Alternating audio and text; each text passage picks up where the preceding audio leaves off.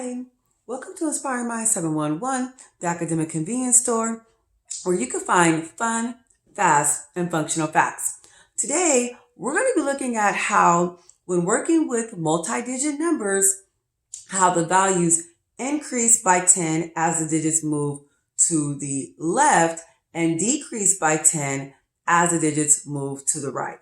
So the big takeaway for today is that we understand how the patterns of working with multi-digit numbers, how they increase and decrease from right to left as they move along the place value system. And so a few videos ago, we took a much closer look at the place value system and at the place value chart. And that is where we understood that the place value system operates in a base 10 number system. And so it is only likely that the digits would increase and decrease by 10 as they move along the chart. And so let's take a quick review at the place value chart. And if we can remember, all the digits to the left of the decimal point are our greater values. These numbers continue to increase and get larger as the digits move to the left. However, on the right side of the decimal point, the digits are smaller in value. The digits are decreasing, and these digits are portions or pieces of something. And so it's remembering that how these digits are increasing and decreasing as they move along the place value chart. So essentially, as the digits move to the left of the decimal point, they're being multiplied by 10. As the digits are moving to the right of the decimal point, they are being divided by 10. And so let's take a look at an example here.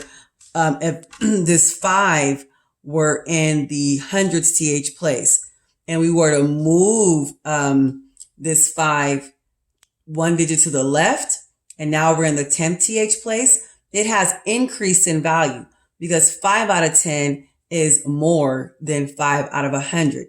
It's 10 times more than when it was in the 100th TH place. On the same token, if I were to take that same 5 and move it onto the whole number side and place it in the thousands place, right? 5 whole thousand candy bars.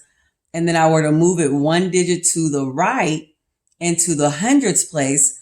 Okay, I have now, the 5 has now decreased in value. So it is now 10 times less, or 1/10 of 5,000. 500 is 1/10 less than when it was in the thousands place. So let's take a quick reminder. What does 1/10 look like? Well, if we have this base 10 unit block here, each broken out into 10 parts, and I took one of those 10 pieces, that's essentially 1/10.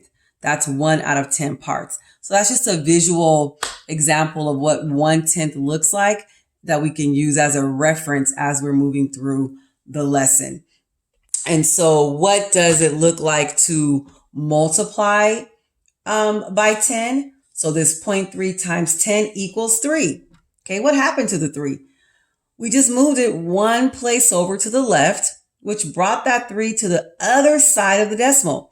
What happens? What's the value on immediately to the left of the decimal? Is the ones place. So that's what happened with this 0.3. We moved it one digit to the left. It increased in value because now we have 3 whole numbers versus 3 out of 10 parts. 3 whole candy bars is more than 3 small pieces out of 10. 3 pieces out of 1 candy bar that's been cut up. What happens when we divide? 8,000 divided by 10 equals 800. Therefore, 800 is 1/10 of 8,000. Okay, so again, as the digits are moving to the left of the decimal point, we are multiplying by 10. As the digits are moving to the right of the decimal point, they are decreasing in value, and we can divide our numbers by 10. What's nice about working with the power of 10 is that you start to see some really cool patterns. And within those patterns, we're able to almost solve our problems without even doing the standard algorithm. We can use a strategy by looking at the zeros and the power of 10. So in this case, on this lesson, we're just looking at the number 10. So for example, and the same rule applies with any power of 10. It could be 10, it could be 100, it could be 1,000. The same strategy applies. And so, but with this lesson, we're just basically looking at the number 10 because we are looking at how the values are increasing and decreasing with the value of 10. So let's take a look at this chart here where you see a number like 400. Okay. 400 is a power of 10. And you're also going to multiply by 10, which is a power of 10. So what do you get? 400 times 10, you get 4,000. What is 1/10 of 400 or 400 divided by 10 is 40. Okay. So what's happening here? There's 1 0 in my number 10. So if I'm multiplying by 10, all I have to do is add a 0 to the original number and I will get 4,000. Multiplication is a form of addition. So I can just add 1 0 to my original number. I get my product right away. I get my answer. Again, there's only one digit in the number 10.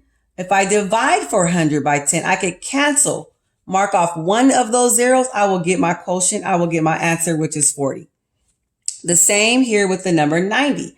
90 times 10 is 900. Okay, there's only 1 0 in the number 10. So I can add a 0 if I'm multiplying and I will get 900. I get my answer immediately.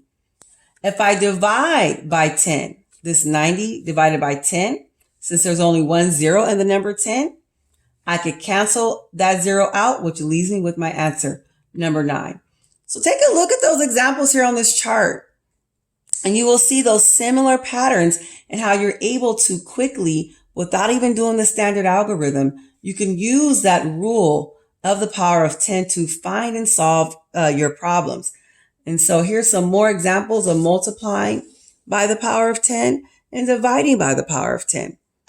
Okay, so essentially that is all there is to looking at these digits as they move back and forth between on the place value chart, how they increase by 10 as they move to the left and how they decrease by 10 as they move to the right.